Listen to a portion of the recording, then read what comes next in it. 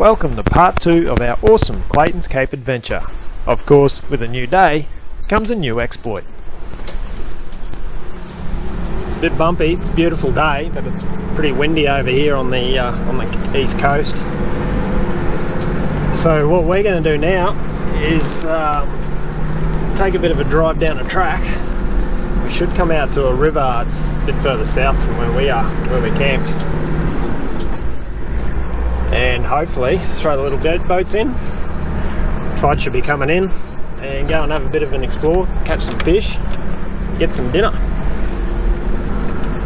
That's the plan. I'm looking forward to it.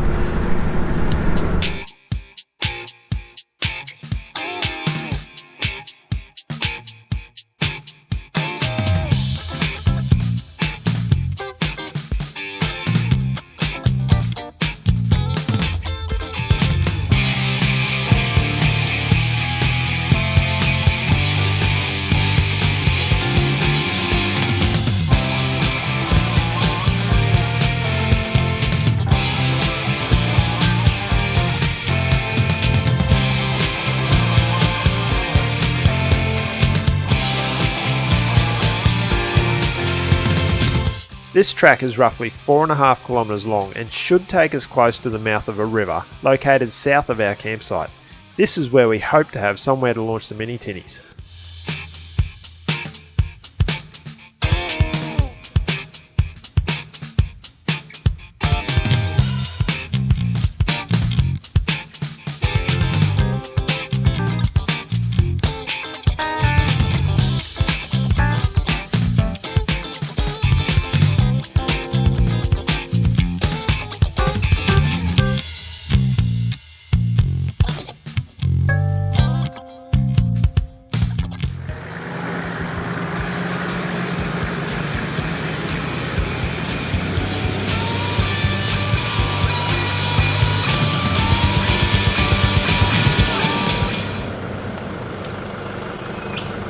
Pretty interesting. What type of program?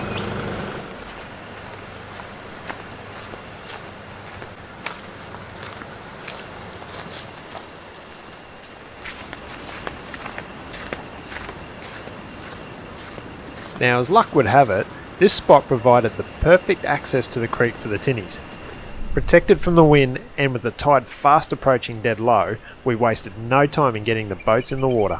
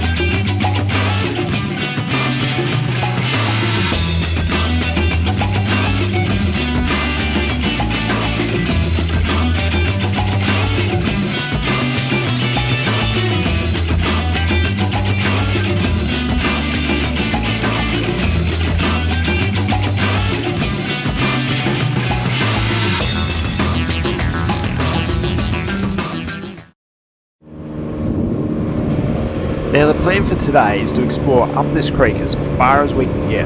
Because it's almost the bottom of the tide, we're looking for any deep holes that may have trapped fish in them. As the tide comes back in, we will slowly work our way back to the launch site. Of course, being low tide also means one thing. I think we're going to have to drag a boat across the sandbar.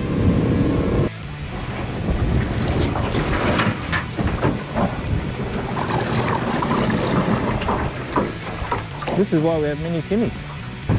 That's right. Big thing. I mean, this is a 4 metre tinny. Yeah, Ray in front of you.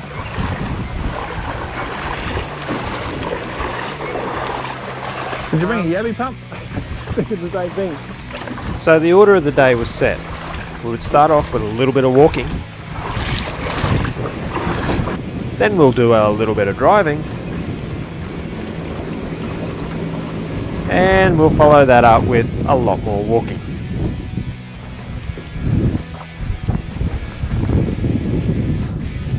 he's over there better. Yeah. Just got to get on that edge, don't we?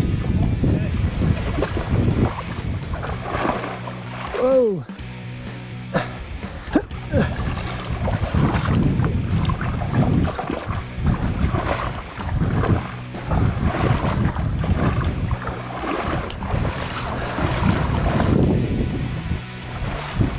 Your motor's dragging. Oi, your motor's dragging.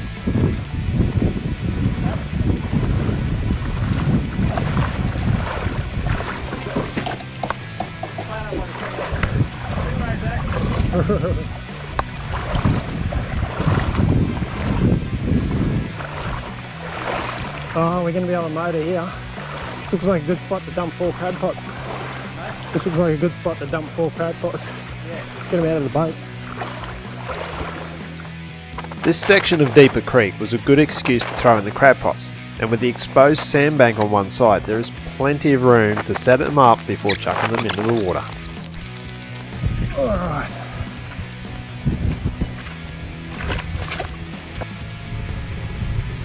And with all the pots in the water, we were off once again and straight back to walking. Fortunately for us, the creek did get deeper, only a little further up.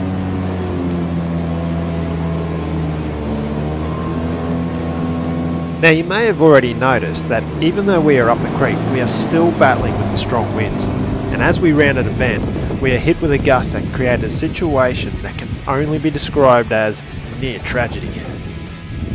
How the hell am I going to get that? I think it's a little windy. Yep, that gust of wind took my Cobra and threw it high up into the mangrove lined bank. Pretty mean, really.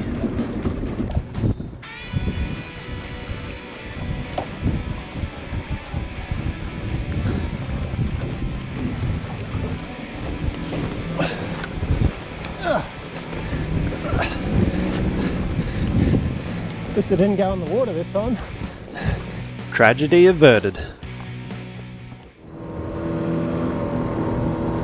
We spent the next few hours exploring this creek, stopping to throw a cast anywhere that looked fishy, but no matter how hard we tried, we just could not locate any fish. So we went back to check the pots, hoping we'd get a crab or two. And of course, that's going to be easier said than done. We're gonna have to start walking again.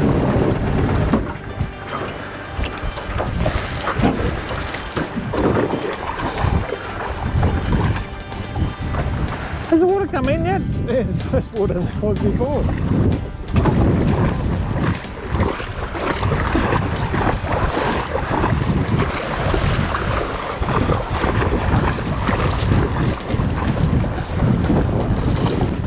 Yeah, I think there's more water in there. I think it's through here at least.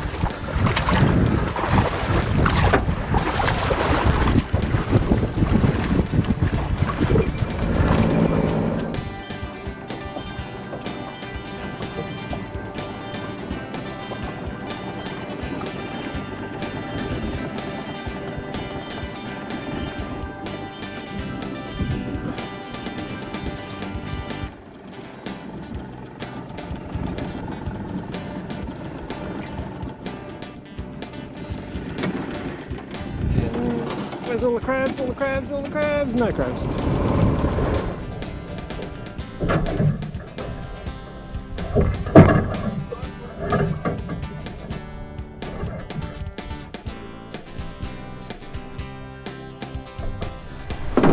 Never caught a stingray in a crab pot before.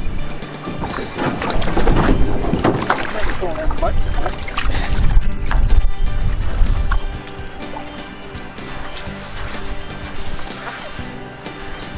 Once he rights himself. There we go. Once he works out what's going on. Alright, see you next time.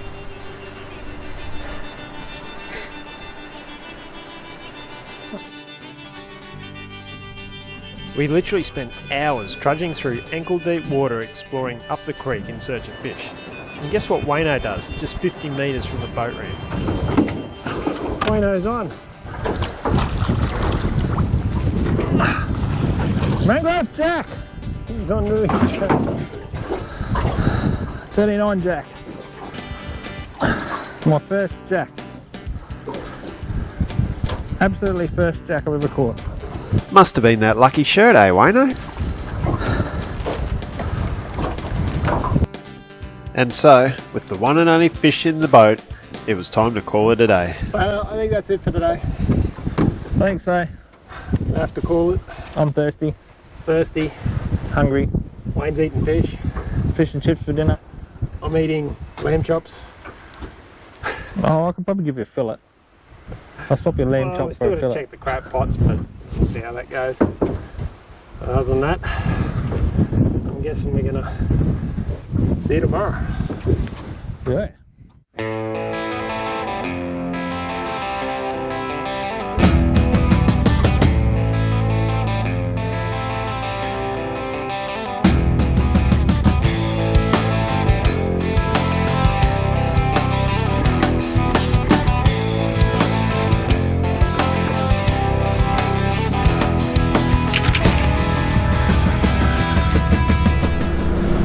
Moving away from the coast today. Gonna head a little bit west. Not sure what's out there, but we're gonna go in there for a couple of days. Eventually, hopefully, we'll get to find this World War II plane wreck. That'll be over the next couple of days anyway. And then we'll head back towards the coast again a little bit later in the week. The wind's died down and changed direction. Doesn't look too bad today. But for now, bye bye East Coast. Let's head out to the mountains. And so, as we said goodbye to the coast, it turns out the coast wasn't quite ready to say goodbye to the old man. He's just got himself a little stuck, so just have to give him maybe just a little gentle tug or something. See if we can get him out.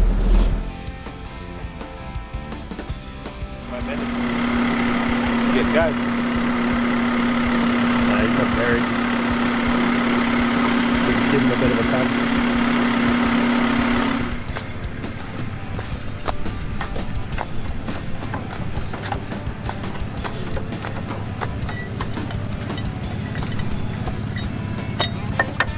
That's great, thanks Patriot. Let's make our holes too small to put pins in. No, I've got smaller ones. It's very important to note that you should never use your trailer recovery points for a full snatch recovery, as the forces generated through the strap are directly transferred to the tow hitch and coupling. This is something they are not designed for and can cause catastrophic failure. In this situation, the old man isn't actually bogged. He's just unable to move the van through a soft patch and risks burying himself if he tries. This recovery is only applying enough assistance to get the Ranger moving, which then allows it to pull the van through. No shock loads will be applied.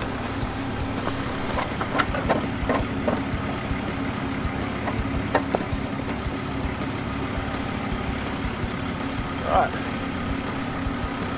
Shouldn't be anything major.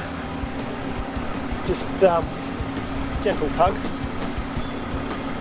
Don't need to go at it like 100 miles an hour trying to recover someone. That's just silly. Make sure you understand the forces and loads that are created and where they are applied. Then design your recovery around that. Yeah, it's just where he's cross-rutted there. It was soft. I'll just pull him up here a bit.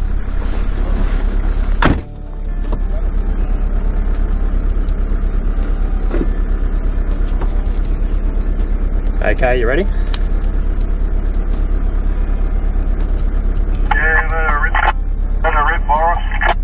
Right, I'm just going to give you a gentle assistance.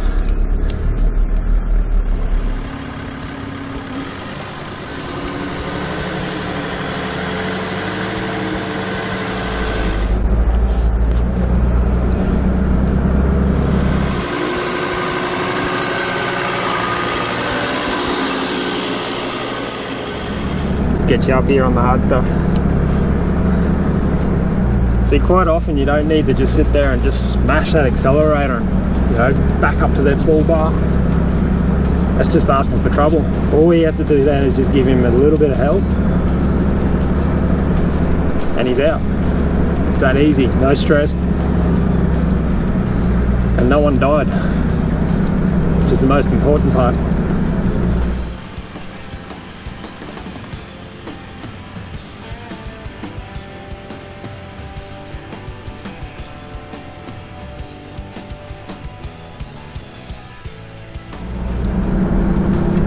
Now, there was no shovel work needed then, because doing the right thing, he didn't just sit there and just tromp it and bury the thing to the diffs. He actually stopped before he got too stuck, which means no digging, gentle pull to get out. Simple. Now that we're back underway, it's time to hit the mountains.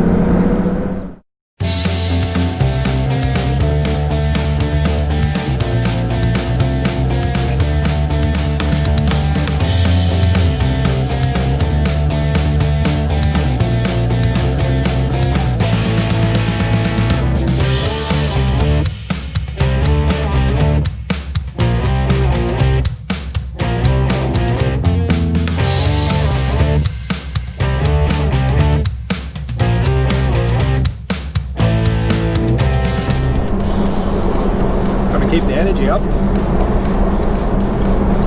Good old party mix.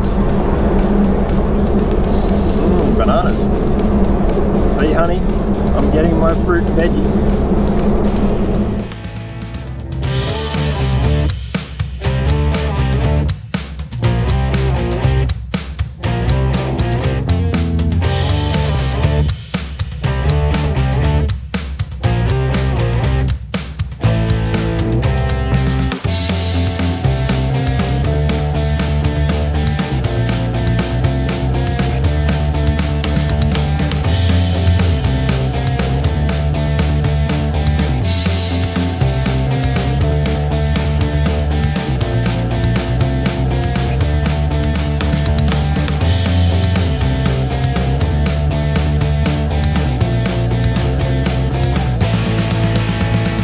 Country around here is so dry. It's not hard to see we're in full drought. The cattle you see around here are really struggling. Not a lot of water. That's the state of our country at the moment, or our state, I should say. The state of our state it is. Towards the end of the road there is a track off to the left that heads straight up the side of the mountain.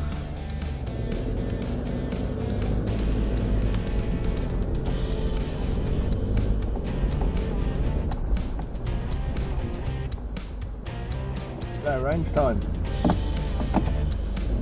Yeah, I'll put in low range.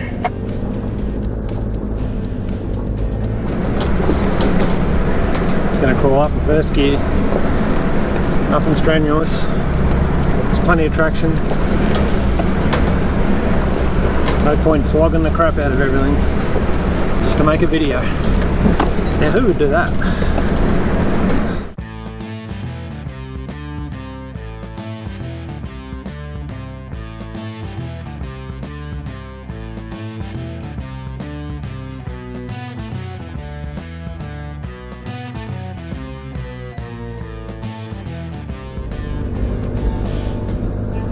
This just keeps going up. Yeah. Up and up and away.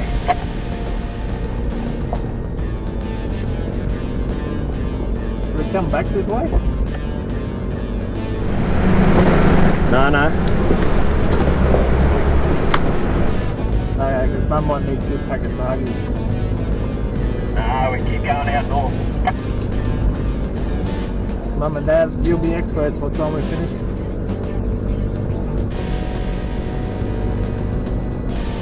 I'll be a nervous wreck. I was about to say that, or a nervous wreck.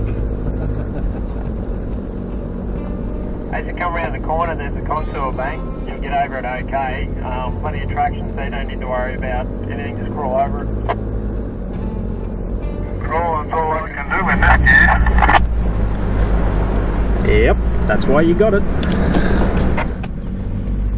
This whole hill keeps getting higher and higher. We're now at 300 meters above sea level. Cool. I think it's leveling out.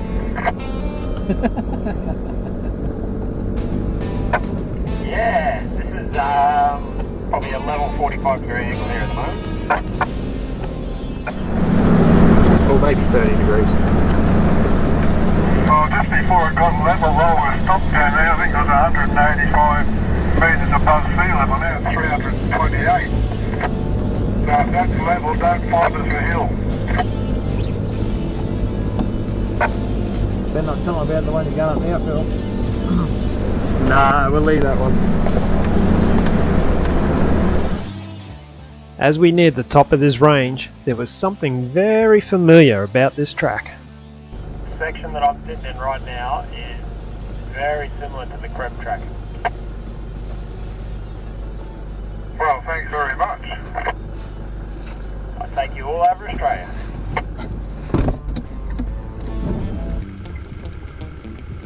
Now remember in part 1 when I said I don't like lantana and how that statement was going to come back to haunt us? Well, welcome to the start of our nightmare.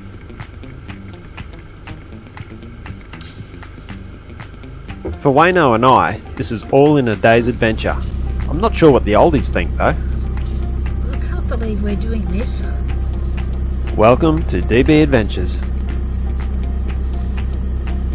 See how good our sons are to us, clearing the way for us.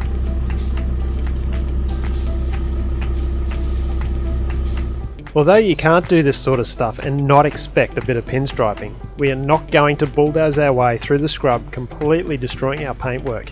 It's just not our thing. By maintaining a clear track, we will help to keep access to this area open for everyone, especially forestry firefighting crews in the event of a bushfire or any other emergency.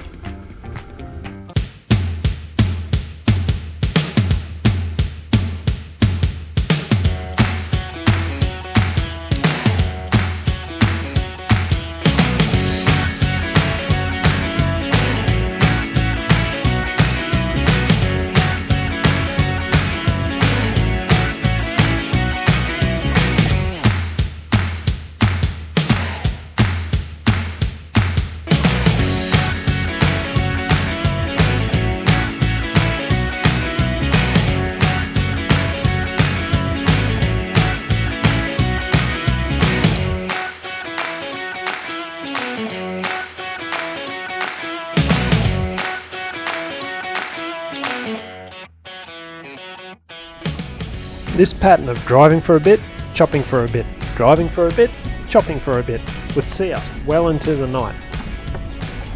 It would also see us into the rainforest area of this awesome little track.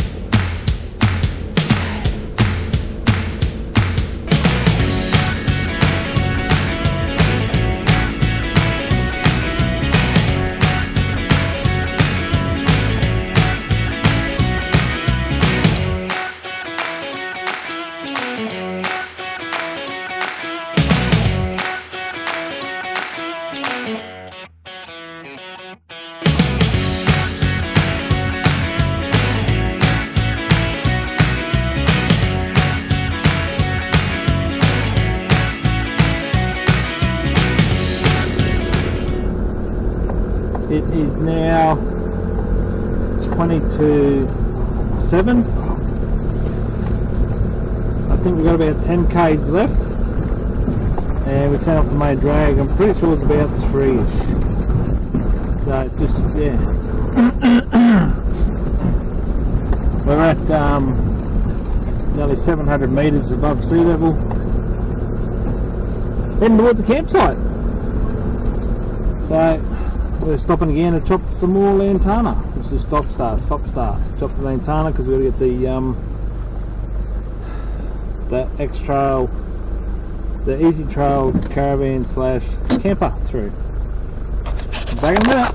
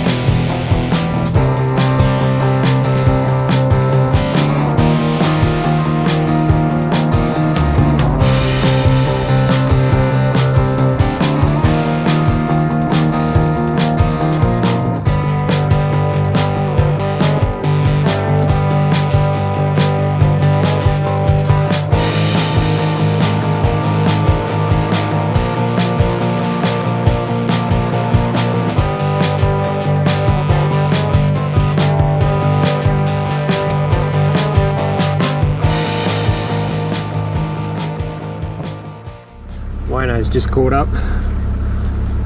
It's 20 past 8, just up to 20 past 8. We've been on this track now for about 6 hours. And it's 38 Ks or something. It's been hard going. My hands, I'll show you later.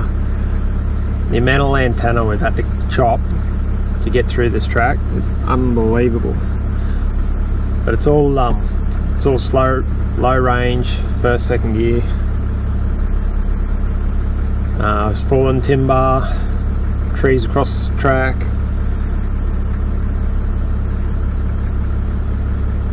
It's pretty cool. It's just taking a long time, and I'm not sure how far we got to go. I think we've broken its back anyway. We're certainly well and truly over halfway. See the old man's headlights, so keep going. Otherwise we're never going to get there. So we keep on pushing further into the bush. At this late stage we are praying that the track doesn't completely close in on us, as turning around is an impossible option. However, just up ahead there is an obstacle that should be a little easier to move out of the way. Got a possum in the road. Come on, possum, move. Go on, move. Move. I don't know if possum moved. Better find out if possum moved.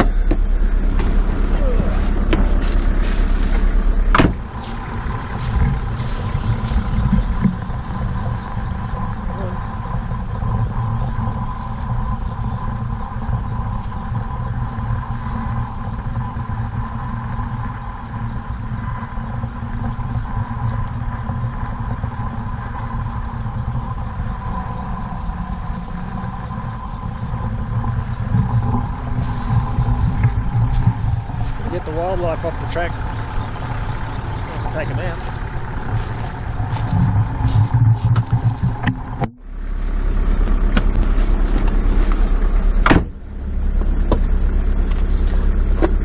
I just had to get the possum off the track.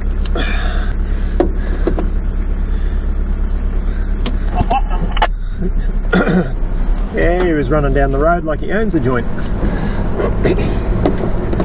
Probably does.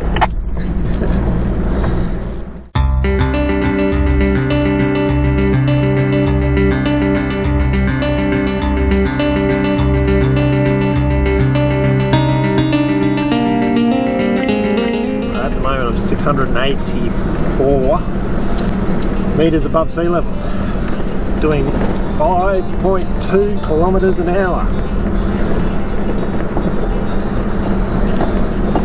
And this is fast compared to what we have been doing.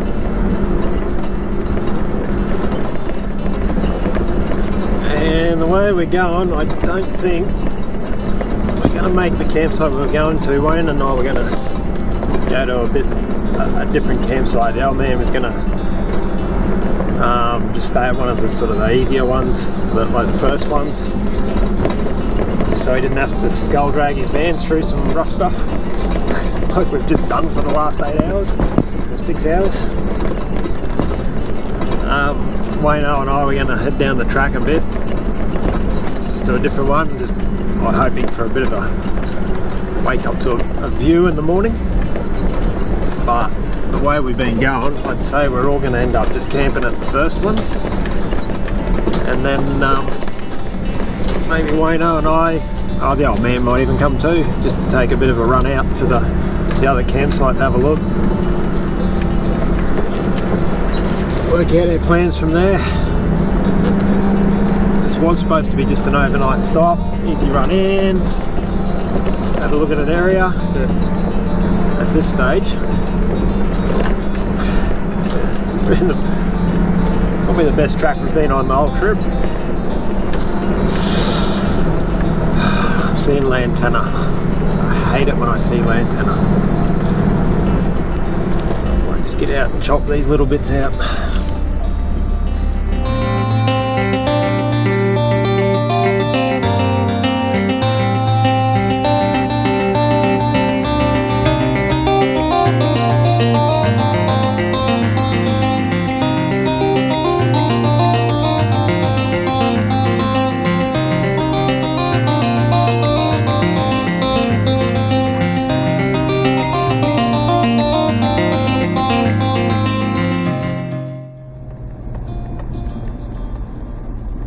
after another hour of driving and chopping, the track finally started to open back up and we saw the first signs of light at the end of the tunnel. Oh, we got road red markers up here.